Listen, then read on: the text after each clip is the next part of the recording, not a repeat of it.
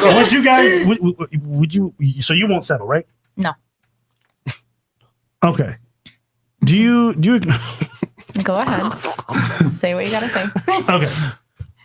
Do you think we're doing a good job with marriage nowadays and dating in general? Do you think people are finding what they want in life? No. Okay.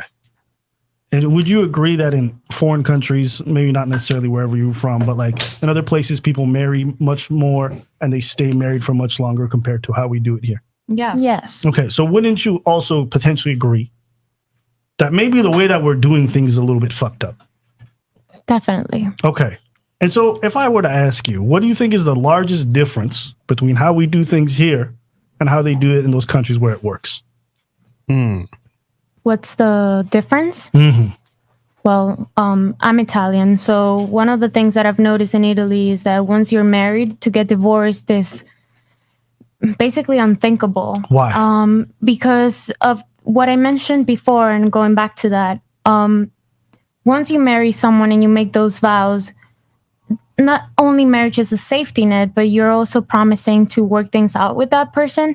So the belief in like divorcing doesn't come as easy as here, where it's just like, well, let's just get divorced. It's not, you know, and it's basically like people get married to get divorced here. Like that is the goal. You see what I'm saying? So when you're living in a foreign country, when they get married, they're not just marrying the person. Families are coming together. You have a whole social responsibility. It's not just me and you. It's a community thing. It's a community thing. Here, everything is about how I feel and what I want and my standards. Right. Guess what? Over there, Personal they don't talk gain. about standards.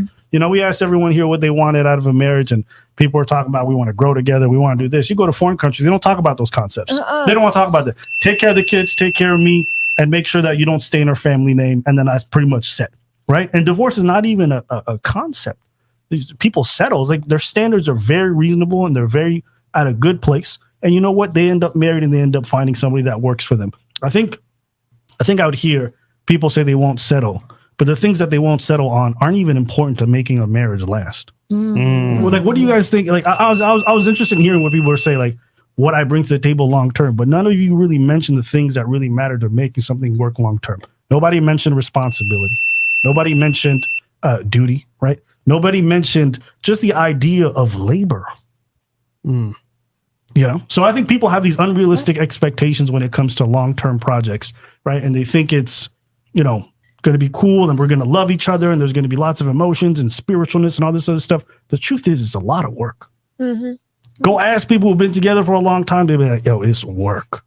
The wedding day is wonderful. After that, every day you wake up, the kids are crying. You don't get to sleep for days. You guys got all these bills piling up. People got to take second jobs. She's going through fucking the after effects of pregnancies. There's all kinds of complications. It's a lot of labor. So when people come in and they say they're never going to settle, I already feel like when you're coming at this whole idea of marriage, especially on the things that you say you won't settle on, I'm like, they're not important to having a good and long, prosperous marriage. You know, people talk about, I want to be in love with my husband, but people get divorced. You know what they never mention? Love. Because they still love each other. It had nothing to do with why they get divorced. They get divorced for financial reasons.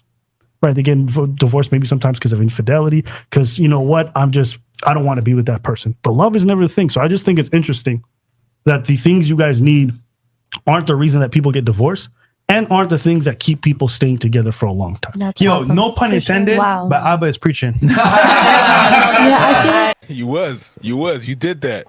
Well, I mean, You did that. it was after our 'Cause conversation. It was what it was. And to be fair, these are things that you've taught me, that other old couples have taught me, that research shows. You know, when researchers talk about love in these concepts, right? They say that what makes couples love each other the most is not the happy moments, but how they come out of the very difficult times. When you struggle together and come out on the other side, you're like, that's a soldier. They got my back. So when we in the trenches, I can look to you and I know I'm safe. If we could normalize Go for it. doing a post-mortem on shit that happened, you know, you sit with your girl and you're like, yo, we just had a baby. And I just want to tell you that you did that. You did that. You did that. It was difficult. It was hard, but you did that. Now we have a baby. Now I know it's not over. I know it's not done. But you handled that like a champ. and and and she could be doing the same thing. Well, we had a lot of, oh, yo, we just came out from this and this and that, and it was really hard, but we did that. Yo, I know that it was really hard with the tax season, with this and that, and I was still in school, and I'm done with school, but you really handled, I was not as much there that I could with the kids because I had to, but you handled that. You had my back. You had my back. Like, my parents never did that, but I saw that. I saw that sometimes it was something that happened. My dad went back to school. My mom had his back. She had that. And my dad, whenever my mom was more difficult, this and that, health or whatever, whatnot, my dad had that. He had the back. So whenever someone comes out to me and be like, you know what, hey, yo, thanks for that. Don't worry about it. I got your back and your friend. Because that's what it is. It would be nice, like in a couple, that we normalize whenever you come out of a hard shit and things getting, ooh, child, things are gonna get easier. And when things are getting there, you're like, yo, by the way, back then when it was hard, yo, you did that. High five. Yeah. It would be good to normalize that. I know it's like a kind of utopian world, and I'm telling you, like, I know, like, the way I'm thinking about that, people think that I'm soft or whatever, whatnot, and maybe it's just the way that I was brought up because my thing was really equal. And I remember when I was at the Fresh and Fit podcast, and I was talking about my parents, and I was like, yo, I saw my parents do, and people was like, yo, that's cap, that's cap, that's cap. It just dawned on me that it was so not the case for people that they couldn't even understand that could be a possibility. Yeah, but you see my parents, you've seen what they have. Yeah, and, listen, got the bag. So. Sometimes people operate too much in a binary, so you already know I'm with you on that one. I feel like it's just super unfortunate. I spent a good solid part of an hour just listening to everyone talk, and I was rolling my R's so heavy. Some of them are young women, so it's like, maybe they got time to grow and learn. But some of the other ones just like so stubborn and set in their ways and so like struggling. Yeah. And it's just like, do you not learn from your failures? If I dated the same way at 30 today that I did at 21, bro, you could comfortably look at me and say, nigga, you never gonna be with somebody. The reason why I'm not stressing is because I've seen the evolution. I've seen the change, whether it be in how I have sex, whether it be in how I date, whether it be in how I work. Our work relationship has improved. Yeah, definitely. Because, but sorry, go ahead. Yeah, go ahead. No, go ahead. But, you were talking. I'm going to go on for a long time, so just go for it. No, go ahead. I don't care. But essentially just saying, like, because of the lessons I've learned, I've had to have that evolution. And I hope that people also do that in their own life and stop blaming the world around them for the reasons why they're not finding the people that they want, and understand that the answers often lie within you. Would you imagine if people had these juvenile dreams? I want to be an astronaut, and they're almost 45 and not working out. At some point, it's okay to say settle. There's plenty of people who wanted to be an engineer, and sometimes they become a PE teacher, and they're super happy at their PE teaching job, contributing, paying bills, taking care of their family, and you're working with kids. Settling does not have to be this end-all, be-all terrible thing. But when it comes to dating, we act like, oh my God, you're going to live a life of misery. Guys, it's okay to humble yourself. Yeah, but I told you. It doesn't mean that you're trash. People think of giving up when they think about settling. When you say that word, that's what people think. That's what it means. That is the definition of settling in their head. That's why they don't even want to have something close to that. They want everything. Life is supposed to be Sex in the City. Yep. Like, it's supposed to be all of that, all those standards that you see in those whack ass soap operas and stuff like that. Stupid. So that's really what they want. And last thing that I gotta say about this, it's crazy because in the world people say that women mature faster than men, and I see this and I'm like, not necessarily. It depends where. We mature differently. Depends where. It depends where. The only thing I would say is, like, listen, ladies, if you guys want to be wives, I think you guys should definitely do a lot of your due diligence to understand what it means to be a wife and what's necessary, and also what's necessary from your husband. Okay. Necessary, not what you want, what's necessary. And then if these things aren't necessary, but you still need them as desires, I think you have to start to separate what's needed and what's not. Because if you guys are stopping yourself from getting married because of things that are not necessary to a marriage, then you guys are going to be shortchanging yourself a lot of opportunities, things that will not contribute to your success.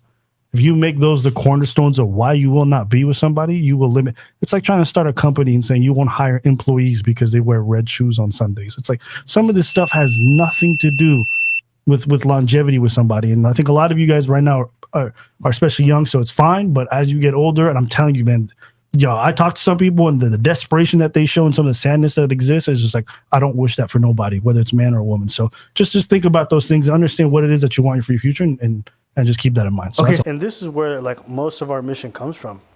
You know, I find it so crazy when people are like, y'all hate women. It's like, man, I get so happy for people when they find people. Like when you talk to people who are in relationships, a lot of them like and they want to be there, you see how much of a burden is lifted.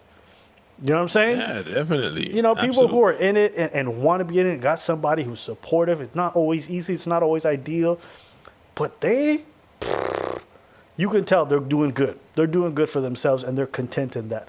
And so for us, it's just these are the lessons that they had to learn. You feel me? And I think a lot of couples who are doing good for themselves aren't oftentimes divulging that information to the people who are, or if they are, the people who aren't in those situations don't want to believe it.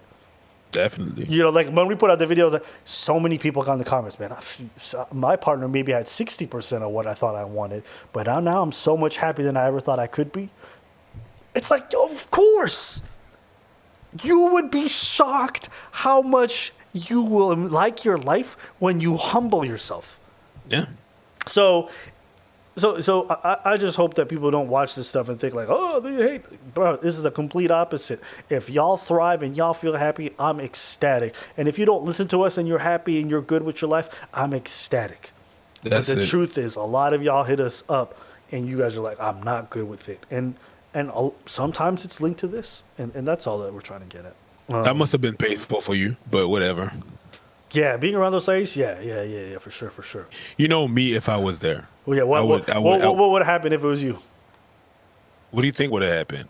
I don't know. I'm asking you. It would have been, it's just in the delivery. The delivery wouldn't be so poised. It wouldn't be, you're calm and people think that you're very dismissive, that you're very rough and raw. In some instances, I can understand where that come from. But if I was there at that point with those ladies, Yeah, you would have definitely gone further than me. oh yeah, definitely going in full petty mode. But you know what though? I would have said the same thing, but the delivery would have been different, and it would have been, I wouldn't call them names or whatever, but the way I try to prove my point to people is it's petty sometimes. And this wouldn't be the difference, you know what I mean? So, Yeah, but you know what though? I also say like people meet me in person, like you're really chill and pretty quiet to yourself. And I'm like, yeah. And you're polite. And I'm like, I know. I just chill in my corner. I'm not here to take up space or do anything, but I also won't back down. Like niggas will say that when I was on the podcast and off the podcast, he kept the same energy.